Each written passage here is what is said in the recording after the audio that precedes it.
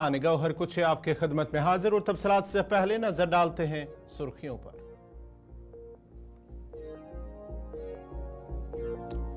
कांवड़ यात्रा के दौरान दुकानों पर नाम जाहिर करने की जरूरत नहीं, सुप्रीम कोर्ट ने अहकामात पर लगाई अबूरी रोक। बांग्लादेश कोटा सिस्टम के खिलाफ एहतजाजी मुजाहरा, तलबा का हुकूमत को 48 घंटों का अल्टीमेटम। जो बाइडन की सदारत से दस्तबरदारी के बाद इजरायली वज़ीर आज़म नेतन्याहू अमेरिका रवाना।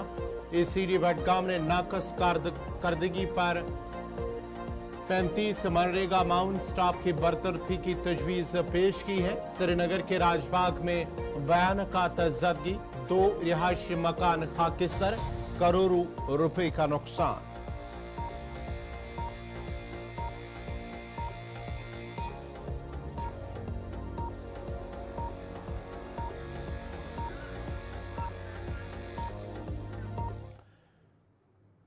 और अब पेश खबरों की तफसील। सबसे पहले बड़ी खबर, सुप्रीम कोर्ट की जानिब से एक हुक्मनामा अदालत की जानिब से अहकामात भी जारी कर दिए गए, हिदायत जारी कर दी, जहां पहले कांवड़ यात्रा के रास्तों में दुकानों पर नाम तख्ती लगाने के यानी कि नाम जाहिर करने, नाम चश्मा दुकानों के बाहर चश्मा करने के अहकामात जो सादिर किए गए थे यूपी हुकूमत, उत्तराखंड की हुकूमत और साथ ही साथ मध्य प्रदेश की हुकूमतों की जानिब से जो अहकामात जारी किए गए थे, उसके अहकामात को चैलेंज करने वाली अर्जदाश्त पर समाअत करते हुए अदालत उज़्मा ने उत्तर प्रदेश की योगी हुकूमत, उत्तराखंड की दामी हुकूमत और मध्य प्रदेश हुकूमत के अहकामात पर अबूरी रोक लगा दी है। सुप्रीम कोर्ट ने अबूरी रोक लगाते हुए कहा कि दुकानदारों को पहचान जाहिर करने की जरूरत नहीं है।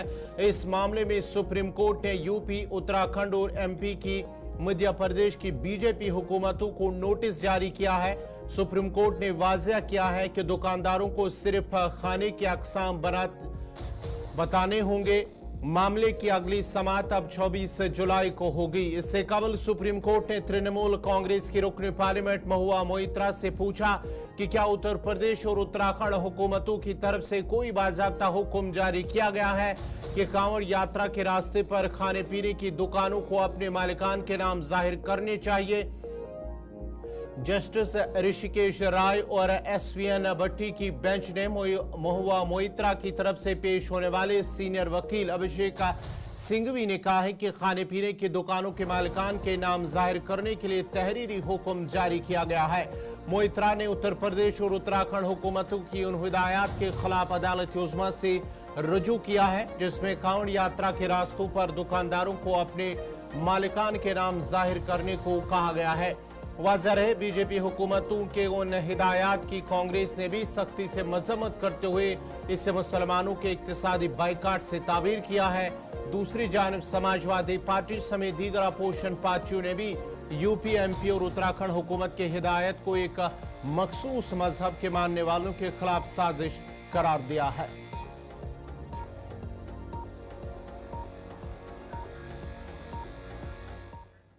जिस समय मुझे जानकारी मिली, इधर सुप्रीम कोर्ट की जानिब से कांवड़ यात्रा के रास्ते पर दुकानों को मालिक का नाम जाहिर करने की हिदायत पर रोक लगाने पर समाजवादी पार्टी के रुकन पार्लियामेंट अखिलेश यादव का कहना है कि अदालत उज़्मा ने वक्त पर इसका नोटिस लिया है और इस तरह के हुक्मनामे पर रोक लगाई और साथ ही साथ उन्होंने कहा है कि हुकूमत ऐसे बहुत से इकदाम करेगी क्योंकि जब फिरका वाराना सियासत खत्म होगी तो ये लोग ऐसा करेंगे। जिस समय मुझे जानकारी मिली थी कि इस तरह का सरकार का आचरण है, उसी समय मैंने कहा था कि सुप्रीम कोर्ट स्वयं इस बात को संज्ञान में ले और ऐसे कार्रवाई को रोके।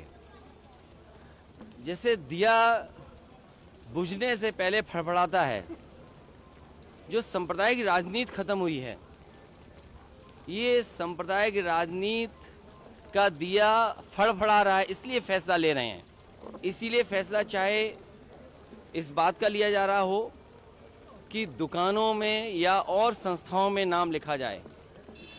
मुझे उम्मीद है कि सुप्रीम कोर्ट जब इस बात पर चर्चा करेगा और संज्ञान में जब लिया है तो ऐसे कई कदम सरकार उठाएगी, क्योंकि जब सांप्रदायिक राजनीति खत्म होती है तो इसी तरीके से फड़फड़ाएंगे ये लोग। और उसी तरीके से आपने देखा होगा कितने दिनों लगा हुआ प्रतिबंध, उस पाबंदी को भी हटा दिया है। तो सांप्रदायिक राजनीति खत्म होने जा रही है। इसका दुख भारतीय जनता पार्टी को है। इसीलिए मैंने कहा कि जब सांप्रदायिक राजनीति खत्म होने लगती है तो आखिरी समय सांप्रदायिक राजनीति को जिंदा रखने के लिए, और ये तो बड़े सेंसिटिव चीज़ है कि अगर अधिकारी सेंसिटिव पोस्ट पर जाएगा और उसका व्यवहार आचरण किसी संस्था से या पॉलिटिकल पार्टी के माध्यम से उसका किया जाएगा, वो तो हम उत्तर प्रदेश में देख ही रहे हैं, हर दिन देख रहे हैं कि अधिकारी किस तरीके से पॉलिटिकल पार्टी का। इधर आरपीसी ने गुलिस्तानी मुसलमाना ताबिश कमाल से बात करते हुए कहा कि हिज़्ब इख्तिलाफ सियासत करना चाहती हैं, ताहम दुकानदारों को हर एक मजहब से ताल्लुक रखने वालों के अकीदे का एहतराम करना चाहिए। सरकारें इस तरह का फरमान दे रही हैं। दलार तो अपोजिशन कर रहा था, कहाँ उस ऑर्डर में लिखा था कि सिर्फ मुसलमान अपने नाम के आगे लिखेंगे? वो सबके लिए बराबर था, वो हिंदू के लिए भी बराबर था, मुसलमान के लिए भी बराबर था। हाँ, विपक्ष ने शरारत कर और संगम ढाबा था तो उसके नीचे से लिखना था कि अमुक आदमी चला रहा है। उन्होंने ये नहीं किया, उन्होंने संगम ढाबा का बोर्ड चुराकर लिख दिया कि अमुक मुसलमान चला रहा है। राजनीति हो रही है। और ये जो मास है, ये जो महीना है, ये सावन के महीने के अंदर हर जो हिंदू है वह सात्विक भोजन करता है, वह लहसुन प्याज का भी परहेज करता है, वह एक पूजा पद्धति के बाद भोजन करता है। इसलिए अगर उस आस्था के साथ कोई मुसलमान बनाएगा उसका भी भोजन किया, उसके यहाँ भी भोजन किया सकता है। परंतु मेरा एक इसका दूसरा प्रश्न है, मैं सरदार हूँ, मुझे हलाल खाने से मना है और मुझे पता लगे कि एक दुकान में हलाल परोसा जा रहा है तो मैं नहीं खाऊंगा, और वहाँ पे मुझे जानकारी मिल जाए कि ये मुसलमान का ढाबा है और यहाँ पर हलाल ही परोसेगा, मुसलमान हलाल के अलावा नहीं परोसेगा, तो मैं धोखे में तो नहीं आऊँगा ना, मैं तो झटका खा सकता हूँ अपने धर्म के अनुसार। जहाँ एक मुसलमान सूअर का मांस नहीं खा सकता और कोई धोखे में परोसने की कोशिश करे और नाम बदल कर कोई उसके यहाँ होता हो, वो पता लगता है कि खुद शाम को अपने लिए अलग से बनाता हो, तो क्या कोई मुसलमान खाएगा? किसी की भी धार्मिक आस्था पर कचोट नहीं मारनी चाहिए, मूल बात यह है। लेकिन सुप्रीम कोर्ट का जो आदेश आया उसके बाद अपोजिशन का कहना यह है कि ये बीजेपी को न्यायपालिका ने चेहरा दिखाया है और इस देश में हिंदू मुसलमान नहीं चलेगा। हिंदू मुसलमान हो भी नहीं रहा था। मैं कहता हूँ पूरे देश में कानून बनना चाहिए कि जो हलाल परोसेगा उसको लिखना चाहिए, जो झटका परोसेगा उसको लिखना चाहिए कि वह हलाल या झटका परोस रहा है। जहाँ वह लिखे कि उसके होटल का नाम क्या है, मेरे जैसे व्यक्ति भोजन जाकर नहीं कर सकता अगर कहीं पे हलाल परोसा जा रहा है या हलाल प्रक्रिया से बनाया जा रहा है, जबकि वो लिखे और कहे कि नहीं मैं झटका परोस रहा हूँ, वो करेगा नहीं। तो इसमें हिंदू मुसलमान तो इस सुप्रीम कोर्ट के फैसले को आप लोग कैसे देख रहे हैं? सुप्रीम कोर्ट का फैसला वही बात कह रहा है जो हम चाहते थे सर। उसमें जिन लोगों ने उसमें ज्यादा उत्साहित होकर नाम बदलने की बात कर ली, हमने कहा था भाई आप अपना नाम लिखो कि आपका संगम ढाबा अमुक आदमी चला रहा है, वो मुसलमान या हिंदू उसका नाम लिखो, आप ढाबे का नाम मत बदलो। ये तो राजनीति की गई है। असल में क्या है, सबका सब मामला ये है कि हम किस प्रकार से मुसलमानों के वोट तक कैसे पहुंचे, और हमारा टारगेट वो नहीं, हमारा ये है कि किस प्रकार से ये ऐसा महीना है जबकि सात्विक भोजन सबको मिलना चाहिए, जो सात्विक खाना चाहता है उसको सात्विक मिलना चाहिए, इतनी बात है। और अगर कोई मुसलमान भी सात्विक परोस रहा है या मुसलमान भी सात्विक भोजन दे रहा है तो उसका भी स्वागत है। बहुत शुक्रिया बातचीत करने के लिए। साफ कहना है कि इस पूरे मामले पर अपोजिशन ने राजनीति की थी, हालांकि सुप्रीम कोर्ट के इस फैसले का क्या मानना भी यही है कि यहाँ पर नाम लिखा होना चाहिए। सुप्रीम कोर्ट ने भी कहा कि आप परोसने वाली चीजों के बारे में जरूर बताएं। वीडियो जर्नलिस्ट साजिद के साथ ताबिश कमाल, दिल्ली। इधर नेशनल कॉन्फ्रेंस के सदर डॉक्टर फारूक अब्दुल्ला ने कहा है कि मौजूदा हुकूमत मजहब जात पात की सियासत करके नफरत फैला रही है, ताहम मुल्क के लोग काफी समझदार हैं और इस नफरत का जवाब हुकूमत को मिल जाएगा। गलत किया उन्होंने। पहले भी यात्रा चलती थी, अमन से चलती थी, वहाँ कोई भी रेस्टोरेंट हो, कोई होटल हो, क्या उनको ज़रूर लिखना है कि ये मुसलमानों का है, उसका नाम देना है? ये क्या कर रहे हैं, किस नफरत की तरफ चल रहे हैं? वो आज से नहीं, सदियों से ये चल रहा है। वो गंगा का पानी ले जाते हैं अपने घरों की तरफ और एक ये त्यौहार चलता रहता है और कभी ऐसा ऑर्डर मैंने नहीं देखा। ये कोशिश कर रहे हैं कि तनाज़ा और बढ़े और मुसलमानों और हिंदू में तफरुका और बढ़ जाए, मगर मुझे पूरी उम्मीद है कि इनकी ये साजिशें जो है ये कामयाब नहीं होंगी। पिछले इलेक्शन में दिखा दिया, इन्हीं वजहों से ये हार गए। उन जगहों पे हार गए जहां पे इनको उम्मीद नहीं थी हारना। आप देखिए जहां हिंदू मुसलमान रहते हैं, वो राम मंदिर का इनने इफ्तिताह किया, वहां पे हार गए, अयोध्या में हार गए। फिर देखिए वो उत्तराखंड में, वहां पे भी जो बद्रीनाथ का मंदिर है उस इलाके में हार गए। ये दिखाता है, बिल्कुल इंडिकेट करती है कि नफरत पैदा करना चाहते हैं। मगर मुझे पूरी उम्मीद है कि हिंदुस्तान के लोग अब काफ़ी समझ गए हैं कि नफरतों से हिंदुस्तान बढ़ेगा नहीं, हिंदुस्तान मोहब्बत से बढ़ेगा और मोहब्बत से ही हम लोगों को आगे चलना है। और मैं कहूँगा इनसे, यूपी की हुकूमत से गुजारिश करूँगा कि ऐसे कानून वापस ले लीजिए। ऐवान में बजट सेशन के दौरान leader of opposition Rahul Gandhi ने कहा है कि यह बात पूरे मुल्क पर आया है कि नीट इम्तिहानी निज़ाम में ही नहीं बल्कि पूरे इम्तिहानी निज़ाम में गड़बड़ है, जो कि एक बहुत संगीन मसला है। उन्होंने कहा कि वज़ीर तालीम धर्मेंद्र प्रधान ने अपने अलावा सबको मोर्द इल्ज़ाम ठहरा रहे हैं। वो मुझे ये भी नहीं लगता है कि वो यहाँ क्या हो रहा है कि इसकी बुनियादी बातों को समझता है। राहुल गांधी ने वज़ीर तालीम से पूछा कि इतने बड़े मसले के लिए वज़ारत तालीम की जानिब से क्या कुछ किया जा रहा है। Speaker sir, it's obvious to the whole country. It's obvious to the whole country that there is a very serious problem in our examination system. This is not just a question of NEET, it is in all the major examinations. Now, the minister has blamed everybody except himself, right? I don't even think he understands the fundamentals of what is going on here. आप प्रश्न क्या है आपका? आ रहा हूं sir, ये मैं question को सेटअप कर रहा हूं। इसलिए प्रश्न पूछते हैं हम। the issue is that there are millions of students in this country who are extremely concerned at what is going on and who are convinced that the Indian examination system is a fraud. That is what is at stake here. Millions of people believe that if you are rich and if you have money, you can buy the Indian examination system. And by the way, and this is the same feeling that the people in the opposition have. And that is why we are asking some very simple questions to Honorable Minister. Number one, as this is a systemic issue, what exactly are you doing to fix this issue at a systemic level? Yes. इधर वज़ीर तालीम धर्मेंद्र प्रधान ने राहुल गांधी के सवाल का जवाब देते हुए कहा है कि झूठ सिर्फ शोर मचाने से सच नहीं बन जाएगा। अपोजिशन लीडर का ये कहना है कि मुल्क का इम्तिहानी निज़ाम गलत है, इंतहाई काबिल मजम्मत है। सर यहाँ उत्तर दे रहा हूँ सदन को।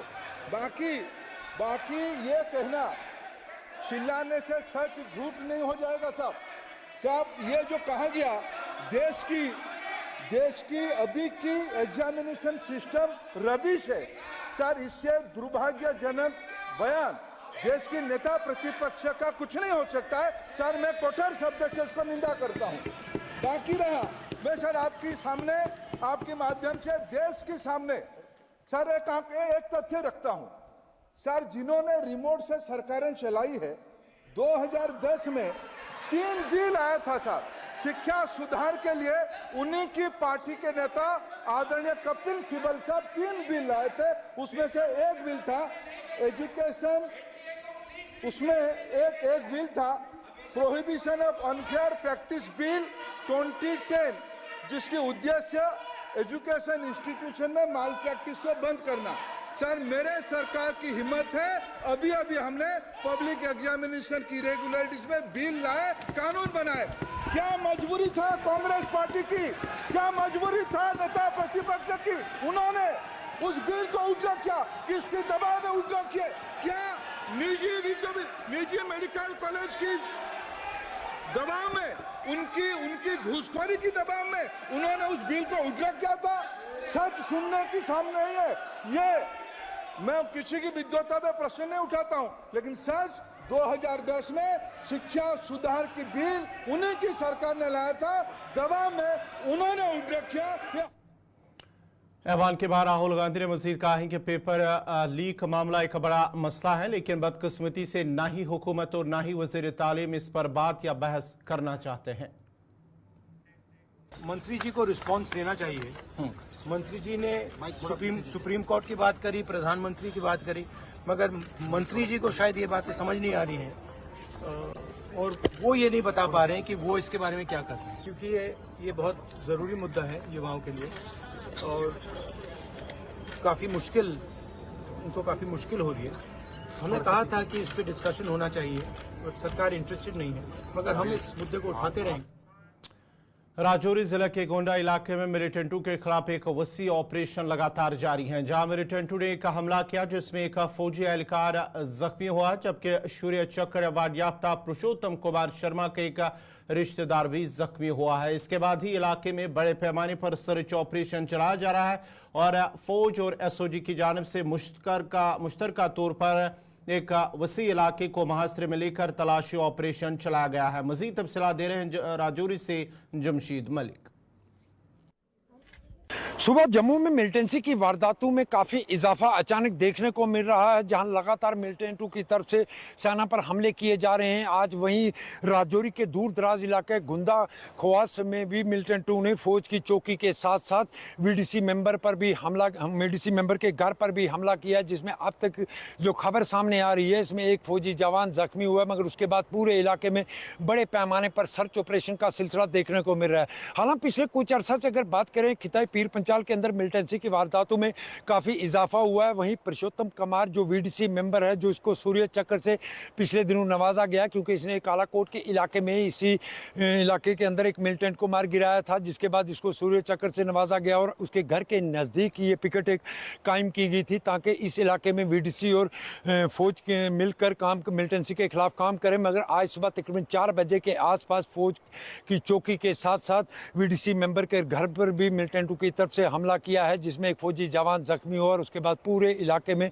बड़े पैमाने पर सर्च ऑपरेशन का सिलसिला देखने को मिल रहा है। राहुल सूदन के साथ जमशेद मलिक।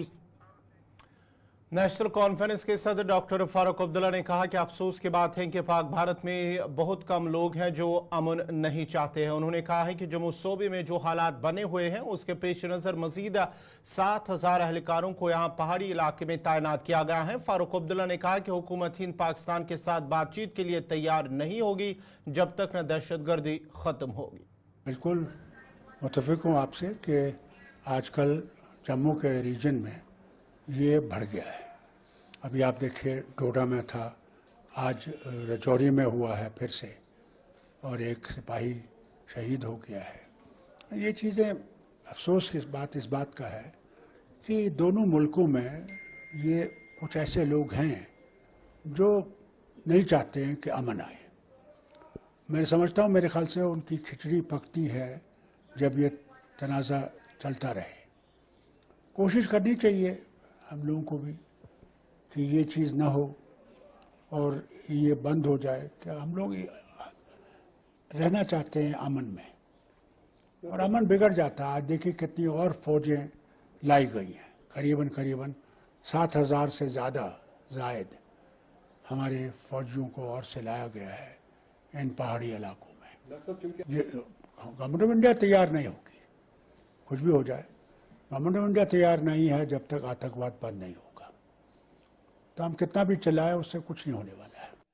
हमने 96 में, जबकि इससे ज़्यादा आतंकवाद था, ग्रेनेड और क्या क्या नहीं होता था, कितने लोग मारे जाते थे रोज़, मगर इलेक्शन हुआ, हमने हुकूमत बनाई और बड़ी कामयाबी से 6 साल उस हुकूमत को चली, यहाँ के लोगों की मुश्किलात को दूर किया। आज तो इतना हाल नहीं है। ये तो इनकी कमज़ोरी होगी अगर ये इलेक्शन नहीं करेंगे। तो ये इन्होंने फिर अपना जो है वो जो ये कहते थे यहाँ अमन है, तो इनका तो फिर वो सब ढोंग जो है ख़त्म हो जाएगा। जिला उधमपुर में रेलवे रोड के करीब एक स्कूल के नजदीक फिल्ट्रेशन प्लांट से गैस लीकेज की वजह से स्कूल को बंद करके जेर तालीम बच्चों को दूसरी जगह मुंतकिल किया गया। स्कूल के तदरीसी अमले और बच्चों ने जब इसकी शिकायत की तो क्लासरूम्स में सांस लेने में मुश्किलात हो रही हैं, तो इस स्कूल को बंद करके दूसरी जगह मुंतकिल किया गया।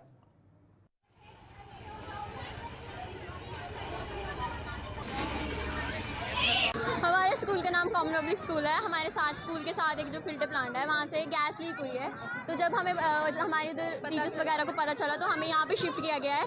यहाँ से अब कहीं और जगह पे मेरे ख्याल से शिफ्ट कर रहे हैं, या फिर हमें घर वगैरह छोड़ रहे हैं। शायद से छोटे बच्चों को पहले किया गया है, फिर बाद में बाकी बच्चों को एक साथ ही सबको निकाला गया है। मैं कॉमन पब्लिक स्कूल से हूँ। यहाँ अभी हम पीरियड ही चल रहा था, हम पढ़ा रहे थे बच्चों को, तो अचानक से थोड़ी सी सफोकेशन हुई। पता चला कि फिल्टर प्लांट में गैस लीक हो रही है, तो फिर पहला हमने यही किया कि बच्चों को सेफ्टी के लिए हम यहाँ पे ले आए। अब यहाँ पे भी थोड़ा लग रहा है, तो यहाँ से सेफ्टी के लिए गोवर्धन पैलेस लेके जा रहे हैं कि बच्चा हमारा सुरक्षित रहे। किस तरह की वहाँ पे गैस की थोड़ा सा सफोकेशन हो रहा था, आंखों में थोड़ा सा और घुटन सी हो रही थी, इसलिए हमने बच्चों से जितनी जल्दी हो उतनी जल्दी बच्चे। वादी कश्मीर में अगरचे शदीद गर्मी की लहर जारी है, लेकिन दूसरी तरफ से ऐसे सयाहती मकामात भी हैं जहां लोग गर्मी से बचने के लिए इन मकामात का दौरा करते हैं और वहां की आब हवा से लुत्फानंदोज हो रहे हैं। ऐसी एक जगह जनूबी कश्मीर के जिला अनंतनाग में जिसका नाम डक्सुन है, जो कि कुदरती खूबसूरती से मालामाल है और आजकल मकामी लोगों के साथ साथ भी रियासतों से आए हुए सयाह भी सैर तफरी के लिए आते हैं, जिस दौरान न सिर्फ आने वाले सयाह खुश नजर आ रहे हैं बल्कि सयाहत के साथ वाबस्ता लोग भी काफी मुतमईन नजर आ रहे हैं। दूसरी जानब से आने वाले लोगों ने शिकायत की है कि यहाँ इंतजामी की जानब से वेस्ट का कोई माकूल इंतजाम नहीं है, जिसकी वजह से कचरा और कूड़ा करकट जगह पर मौजूद है। उन्होंने इंतजामी से अपील की है कि इस तरफ तवज्जो दी जाए ताकि इसकी खूबसूरती कायम रह सके। केरला से रोड में खड़ा है क्योंकि काम ठीक ठाक चल रहा है। कि आपको पता है कि नीचे गांव में बस्ती में ज्यादा से ज्यादा गर्मी होती है, क्योंकि डक्सुम में बहुत अच्छी हवा चल रहा है। क्योंकि यहाँ आना चाहिए, यहाँ हर कोई फैसिलिटी है यहाँ पे। इंशाल्लाह रहमान कि आइंदे मैं एडमिनिस्ट्रेशन से गुजारिश कर रहा हूँ कि इसके डक्सुम की तरफ तवज्जो दे कि यहाँ थोड़ा डेवलप होना चाहिए। ये बता दीजिए, जहाँ कहीं पर भी जगह मिलती है लोगों को वहाँ पर बैठते तो उससे आप खुश हैं? जी यहाँ तो इस साइड में बहुत अच्छा जगह है, यहाँ बहुत अच्छा बैठने की जगह है, यहाँ पे हम खुश है। इससे हमको काम चल रहा है। हम मजदूर आदमी हैं, यहाँ रोजी रोटी कमाते हैं। हम आइसक्रीम बेचते हैं सर यहाँ पे। जी सर, मैं आइसक्रीम बेचता हूँ। आपकी आइसक्रीम चल रही है ना? जी ठीक ठाक चल रहे हैं। मेरी तो अच्छा ब्रांड ही, जब ब्रांड अच्छा होता है तो आइसक्रीम भी अच्छा चलता है मेरा। नाजरीन, फिलहाल उर्दू खबरनामे में मेरे साथ इतना ही। आप गुलिस्तान न्यूज़ देखते रहिए। गुलिस्तान न्यूज़ पर अगला बुलेटिन कश्मीरी खबरनामा साहिल अमीन के साथ। मुझे दीजिए इजाज़त। अल्लाह हाफिज़।